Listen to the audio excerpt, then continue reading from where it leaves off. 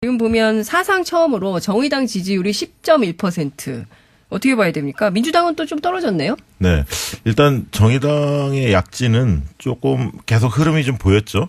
첫 번째 저는 그렇게 봅니다. 원내 교섭단체를 만든 것. 평화와 정의의 원내 모임. 이게 이제 당의 존재감을 키우는데 결정적 역할을 한 것 같고요. 지난 지방선거에서 광역비례 정당 투표율이 8.9% 아니었습니까? 네. 그래서 상당히 높은 수치를 기록했고, 최근에 이제 김종필 훈장 추서와 관련된 입장, 그리고 이제 개혁 입법연대를 하겠다는 열린 자세, 네. 그리고 자유한국당을 꺾고 제1야당이 되겠다. 이런 어떤 적절한 메시지. 이런 것들이 약간 민주당에서 실망했던 분들, 일부 진보층들을 흡수한 게 아닌가 그렇게 보여집니다. 네. 배종찬 본부장도 그렇게 보세요? 네, 그렇습니다. 이 조사가 지난 25일, 27일 사흘 동안 전국 19세 이상 1,501명을 대상으로 해서 이 TBS의 의뢰를 받아서 리얼미터가 실시했던 유무선 전화 면접 자동응답 방식의 조사였고요. 표본 오차는 95% 신뢰 수준 플러스 마이너스 2.5%포인트, 응답률은 4.9%. 자세한 사항은 조사기관의 홈페이지에서 확인하실 수도 있고 중앙선거여론조사 심의위원회 홈페이지에서도 확인할 수 잘한다. 있습니다. 잘한다. 배종찬. 네네. 제가 해야 되는데, 훌륭하십니다. 고맙습니다. 거의 지금 월드컵 분위기가 됐는데. 저는 이 정의당의 지지율은 옛날이에요. 네? 바로 민주노동당의 지지율이 나타나고 있거든요. 일종의 기시감. 우리가 데자뷰 이런 이야기를 하는데 네. 세 가지 이유가 있는 것 같습니다. 하나는 진보 내의 분화. 진보 분화? 진보가 정의당이거든요. 네. 진보 중도가 더불어민주당. 그러니까 자기 몫을 찾아가고 있는 정의당의 모습이고요. 진보 정책이 차별화되는 겁니다. 그러니까 누구의 지지가 더 올랐나 보면 사무직 블루칼라. 그리고 지금 보면은 노동계에서 약간 현 정부의 정책에 대해서 불만이 있거든요. 근데 보면 20대 또 30대는 건너뛰고요. 40대, 50대에서의 지지율이 나오는데 요즘 이런 게 유행입니다. 진보 오빠, 진보 누나. 네? 진보 오빠, 진보 누나, 예. 그 현상도 보여집니다. 예, 정의당이 누구 얘기야? 과거에 보면 2012년 이후로 최고치인데요. 네. 간혹 이렇게 올라가다가 네. 뭘 한번 잘못 발언해서 이렇게 훅 간 적들이 많았습니다. 올라갔다 그렇죠. 급전직한 경우들이 좀 있는데 정의당이 좀 지지율을 상당히 높게 유지하는 것이 상당히 의미가 있죠. 네. 예. 저는 결국 하루아침에 생겨난 그런 지지율은 아니라고 보고 그동안 숨겨져 있던 말 그대로 전에 샤이샤이 진보. 샤이샤이 진보. 왜 그러냐면은 북구북구 진보. 예, 네. 북구북구 뿜뿜 진보. 근데 2004년 총선 때 보면 이 민주노동당이 13% 정당 득표를 합니다. 맞아요. 그랬어요. 네. 그때 네. 보면은 살림살이를 강조하거든요. 네, 지금도 맞아요. 보면은 그때 했던 게 무상 시리즈, 무상복지, 그렇습니다. 무상교육 뭐 이런 그렇습니다. 거. 저는 무상 이런 복지. 것들이 침투돼 들어가고 있는 네. 그런 현상으로 보여집니다. 네. 근데 지금 딱히 진보 정책이라고 할 만한 것은 없잖아요. 근데 이런 게 정의당 발로 나온 진보 정책이 그거는 뭐가 이제 있어요? 예를 들면 최저임금 산입범위 관련해서 이제 논란도 있었고요. 네. 그러면서 이제 블루칼라들이 정의당 지지가 높아졌죠. 네. 네. 근로시간 단축도 있을 수 예, 있고. 지금 노동시간 52시간. 다음 주부터죠, 네. 당장. 네. 예. 근데 이제 어쨌든 이런 이슈에 있어서 아주 분명한 자신의 입장을 피력한 것이 네. 국민의 마음을 움직였다. 이렇게 봐야 됩니까? 그러면 그 정도로 노동 문제라든가 경제 문제라든가 민생 현안에 대해서 우리 국민들이 아직은 많이 아파하고 있다. 이렇게 봐야겠네요?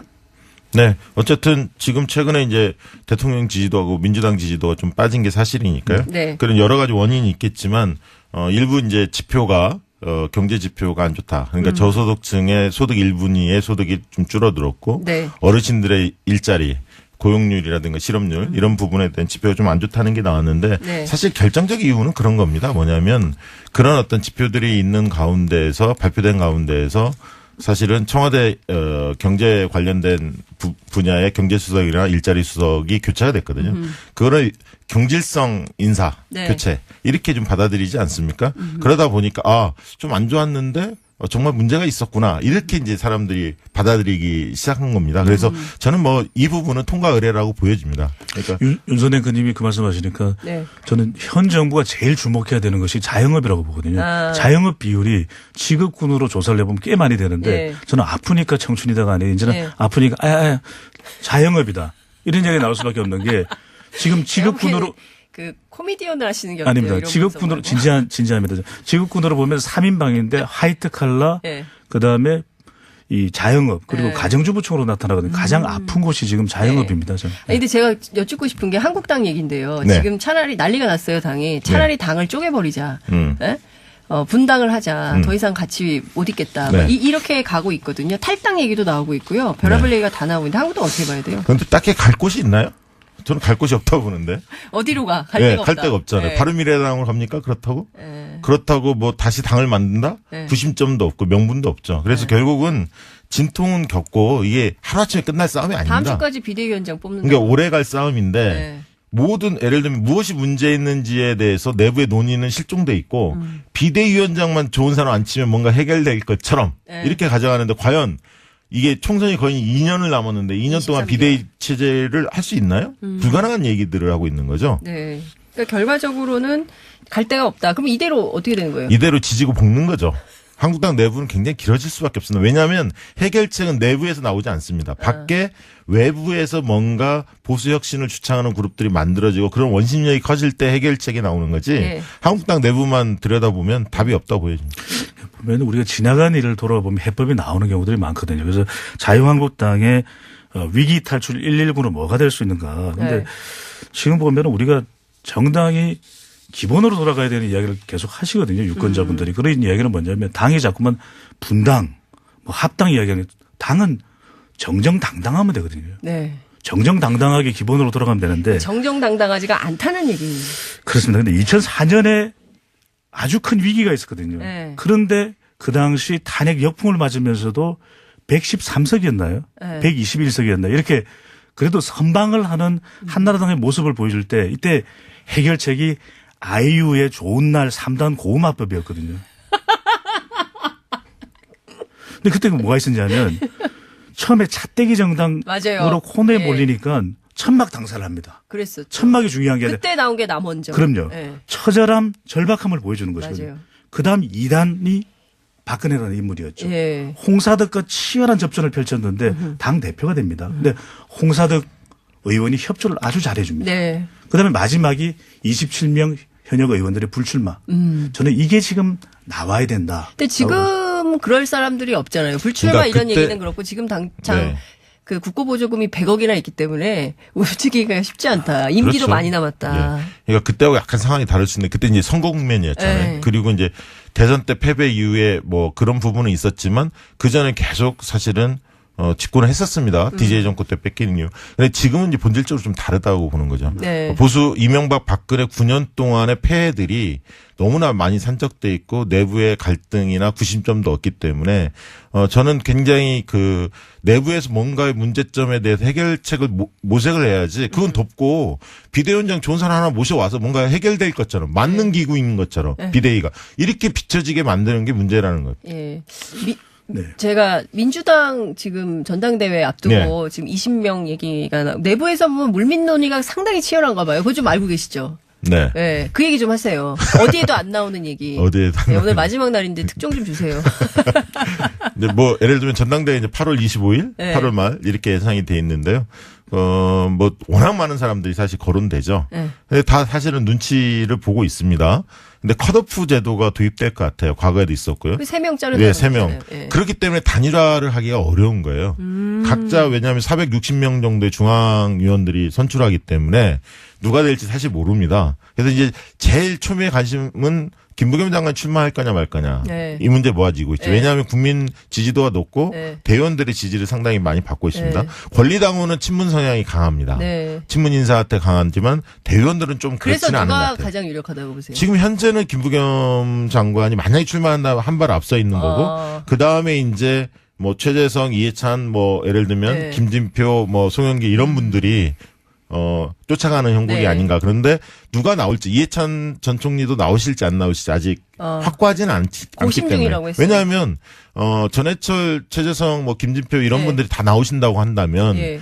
굳이 내가 나가야 돼라는 생각을 가질 수 이 있습니다. 나이에 내가 이런 추대되는 건가요? 약간 그런 느낌이 있어야 하거든요. 알겠습니다. 당신이 하십시오. 이런 어떤 모아지 않은데 당내에서 그런 부분들이 아직은 아니기 때문에 좀 지켜보는 것 같습니다. 정당 지지율 관점에서 보면 대통령 지지율이 매우 높거든요. 그리고 정당 지지율, 더불어민주당 지지율이 높은 것도 대통령의 지지율이 또 워낙 높기 때문인 것이거든요. 네. 그러면 지방선거도 그랬지만 대통령 지지율이 열일했지만 저는 이 전당대회도 대통령의 지지율이 열렬할 수밖에 없는 구조다.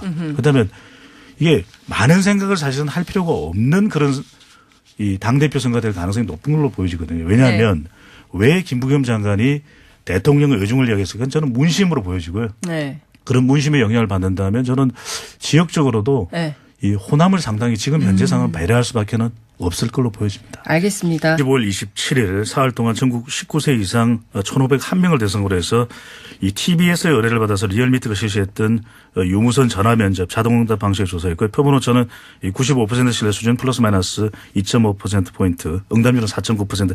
자세한 사항은 조사기관의 홈페이지에서 확인하실 수도 있고 중앙선거여론조사 심의위원회 홈페이지에서도 확인할 수 잘한다. 있습니다. 잘한다. 배종찬. 네네. 제가 해야 되는데 훌륭하십니다. 고맙습니다. 거의 지금 월드컵 분위기가 됐는데 저는 이 정의당의 지지율은 옛날이요. 에? 바로 민주노동당의 지지율이 나타나고 있거든요. 일종의 기시감. 우리가 데자뷰 이런 이야기를 하는데 네. 세 가지 이유가 있는 것 같습니다. 하나는 진보 내의 분화. 진보구나? 진보가 정의당이거든요. 네. 진보 중도가 더불어민주당. 그러니까 자기 몫을 찾아가고 있는 정의당의 모습이고요. 진보 정책이 차별화되는 겁니다. 그러니까 누구의 지지가 더 올랐나 보면 사무직 블루칼라. 그리고 지금 보면은 노동계에서 약간 현 정부의 정책에 대해서 불만이 있거든요. 근데 보면 20대 또 30대는 건너뛰고요. 40대, 50대에서의 지지율이 나오는데 요즘 이런 게 유행입니다. 진보 오빠, 진보 누나. 네? 진보 오빠. 진보 오빠, 진보 누나. 예. 그 현상도 보여집니다. 예, 정의당이 누구 얘기예요? 과거에 보면 2012년 이후로 최고치인데요. 네. 간혹 이렇게 올라가다가 네. 뭘 한번 잘못 발언해서 이렇게 훅 간 적들이 많았습니다. 올라갔다 그렇죠. 급전직한 경우들이 좀 있는데 정의당이 좀 지지율을 상당히 높게 유지하는 것이 상당히 의미가 있죠. 네. 예. 저는 결국 하루아침에 생겨난 그런 지지율은 아니라고 보고 그동안 숨겨져 있던 말 그대로 저는 샤이샤이 진보. 샤이샤이 진보. 왜 그러냐면은 북구북구 진보. 네. 어쨌든 지금 최근에 이제 대통령 지지도하고 민주당 지지도가 좀 빠진 게 사실이니까요. 네. 그런 여러 가지 원인이 있겠지만 일부 이제 지표가 경제 지표가 안 좋다. 그러니까 저소득층의 소득 1분위의 소득이 좀 줄어들었고 네. 어르신들의 일자리 고용률이라든가 실업률 이런 부분에 대한 지표가 좀 안 좋다는 게 나왔는데 네. 사실 결정적 이유는 그런 겁니다. 뭐냐면 그런 어떤 지표들이 있는 가운데에서 발표된 가운데에서 사실은 청와대 경제 관련된 분야의 경제수석이나 일자리 수석이 교체가 됐거든요. 그거를 경질성 인사 네. 교체 이렇게 좀 받아들이지 않습니까? 그러다 보니까 좀 안 좋았는데 정말 문제가 있었구나 이렇게 이제 사람들이 받아들이기 시작한 겁니다. 그래서 저는 뭐 이 부분은 통과 의례라고 보여집니다. 그러니까 윤선행 의원님이 그 말씀하시니까 네. 저는 현 정부가 제일 주목해야 되는 것이 자영업이라고 보거든요. 자영업 비율이 부끄부끄 뿜뿜 진보. 근데 2004년 총선 때 보면 이 민주노동당이 13% 정당 득표를 합니다. 맞아요. 그랬어요. 네. 그때 네. 보면은 살림살이를 강조하거든요. 네, 지금도 맞아요. 보면은 그때 했던 게 무상 시리즈, 무상복지, 그렇습니다. 무상교육 뭐 이런 그렇습니다. 거. 저는 무상 이런 복지. 것들이 침투돼 들어가고 있는 네. 그런 현상으로 보여집니다. 네. 근데 지금 딱히 진보 정책이라고 할 만한 것은 없잖아요. 근데 이런 게 정의당 발로 나온 진보 정책이 그거는 뭐가 이제 있어요? 예를 들면 최저임금 산입범위 그렇죠. 관련해서 이제 논란도 있었고요. 네. 그러면서 이제 블루칼라들이 정의당 지지가 높아졌죠. 네. 네. 근로시간 단축도 있었어요. 예, 지금 52 예, 시간. 다음 주부터죠, 네, 당장. 네. 예. 근데 이제 어쨌든 이런 이슈에 있어서 아주 분명한 자신의 입장을 피력한 것이 네. 국민의 마음을 움직였다. 이렇게 봐야 됩니까? 그러면 그 정도로 노동 문제라든가 경제 문제라든가 민생 현안에 대해서 우리 국민들이 아직은 많이 아파하고 있다. 이렇게 봐야겠네요. 지금 보면 사상 처음으로 정의당 지지율이 10.1%. 어떻게 봐야 됩니까? 민주당은 또 좀 떨어졌네요. 네. 일단 정의당의 약진은 조금 계속 흐름이 좀 보였죠. 첫 번째 저는 그렇게 봅니다. 원내 교섭단체를 만든 것. 평화와 정의의 원내 모임. 이게 이제 당의 존재감을 키우는데 결정적 역할을 한 것 같고요. 지난 지방선거에서 광역비례 정당 투표율이 8.9% 아니었습니까? 네. 그래서 상당히 높은 수치를 기록했고 최근에 이제 김종필 훈장 추서와 관련된 입장 그리고 이제 개혁 입법연대를 하겠다는 열린 자세 네. 그리고 자유한국당을 꺾고 제1야당이 되겠다. 이런 어떤 적절한 메시지 이런 것들이 약간 민주당에서 실망했던 분들 일부 진보층들을 흡수한 게 아닌가 그렇게 보여집니다. 네. 배종찬 본부장도 그렇게 보세요? 네, 그렇습니다. 이 조사가 지난